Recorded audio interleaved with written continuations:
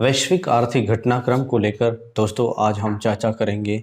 संपूर्ण विश्व के अंदर हालिया दिनों में जो इकोनॉमी में जो अर्थव्यवस्था में बदलाव हुए हैं, ऐसे कौन कौन से बदलाव हुए हैं जिन्होंने न केवल भारतवर्ष को बल्कि संपूर्ण विश्व को कहीं न कहीं झकझोर कर रखा है। सबसे पहले तो हम वैश्विक आर्थिक घटनाक्रम में चर्चा करेंगे कोरोना महामारी के बारे में। कोरोना पैंडेमिक, कोरोना ने संपूर्ण विश्व में किस प्रकार से तबाही मचाई और इसका क्या-क्या असर हुआ है? कोरोना के संबंध में कौन-सी ऐसी रिपोर्ट्स आई हैं, जिनमें इकोनॉमी को लेकर, अर्थव्यवस्था को लेकर क्या अनुमान लगाए गए हैं? इन सभी पर हम चर्चा करेंगे। तो सबसे पहले हमारा जो आज का टॉपिक है, वो होगा कोरोना महामारी और इसके वर्ल्ड वाइड इम्पैक्ट्स। कोरोना महामारी व भारत पर सबसे पहले इसके प्रभावों का अध्ययन करेंगे। Impacts on India. विश्व बैंक की ताज़ा रिपोर्ट के मुताबिक वर्ल्ड बैंक ने एक रिपोर्ट हालिया दिनों में जारी की थी। उसके मुताबिक वित्तीय वर्ष 2019-20 में समीक्षात्मक रूप से भारत की अर्थव्यवस्था पर इसका बड़ा असर होगा। एक जनरल अनुमान विश्व बैंक ने लगाया कि जिस प्रकार से कोरोना पेंडेमिक ने संपूर्ण विश्व को अपने आगोश में लिया है, उससे भारत के ऊपर बड़े पैमाने पर एक बड़ा आर्थिक असर होने वाला है।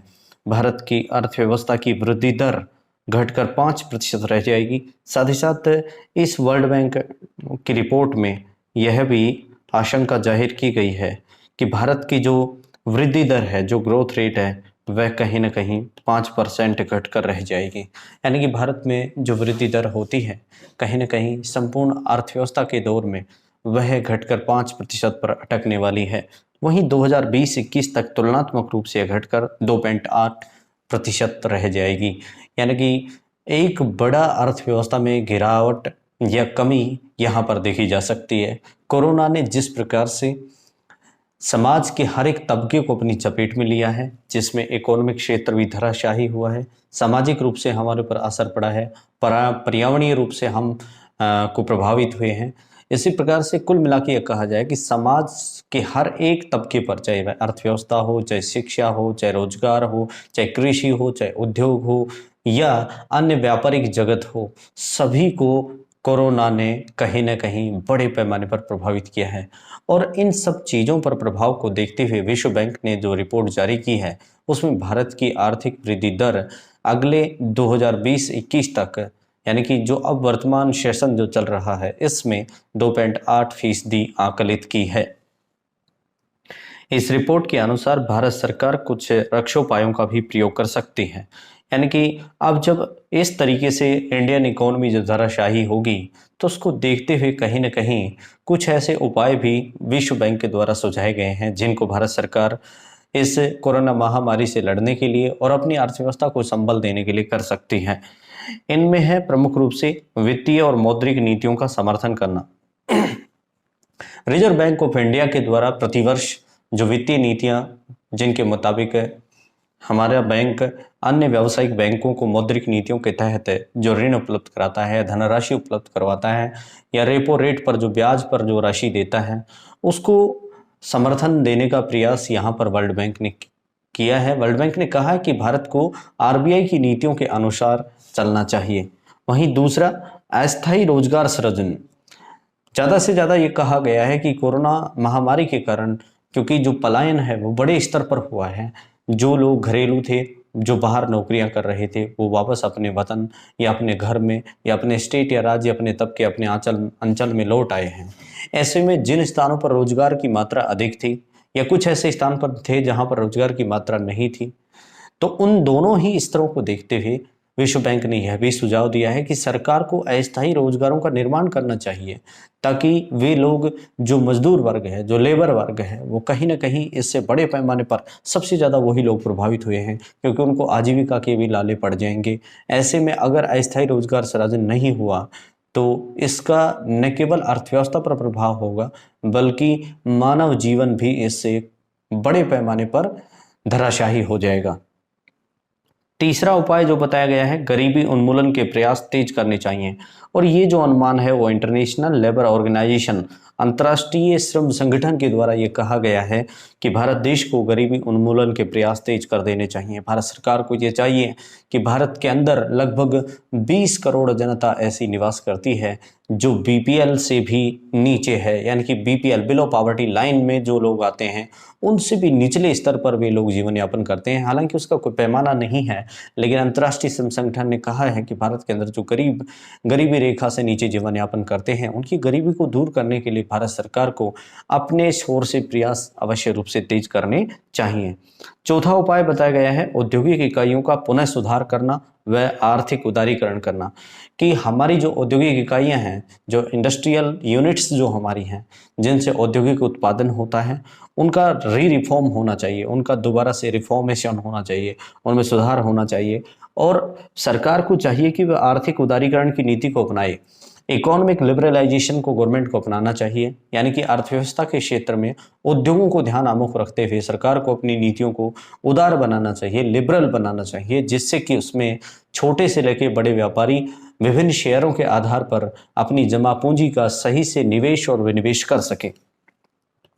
नंबर 5 है एनपीए को त्वरित रूप से कम करना, नॉन परफॉर्मिंग एसेट। इसके बारे में जानते हैं एनपीए। सरकार को अगला सुझाव विश्व बैंक के द्वारा दिया गया है वह यह है कि सरकार को एनपीए को त्वरित प्रभाव से कम करना चाहिए। नॉन परफॉर्मिंग एसेट यानी कि गैर निष्पादित संपत्तियां, ये वे संपत्तियां होती हैं जो किसी बैंक के द्वारा या किसी वित्तीय संस्था के द्वारा अपने देनदार को जब दी जाती हैं और जब देनदार इसको लौटाने में सक्षम नहीं होता है, यानी कि एक निर्धारित अवधि में उसकी ईएमआई को यानी कि उसकी किस्त को या निर्धारित धनराशि को लौटाने में उस निर्धारित समय अवधि के दौरान अगर असफल रहता है, तो ऐसी सूरत में उस व्यक्ति के खाते को या उस संपत्ति को बैंक या वित्तीय संस्था के द्वारा गैर निष्पादित संपत्ति का रूप दिया जाता है। मान लीजिए एसबीआई ने मुझे 25 लाख रुपए दिए और 25 लाख को मुझे 5 साल में लौटाने हैं।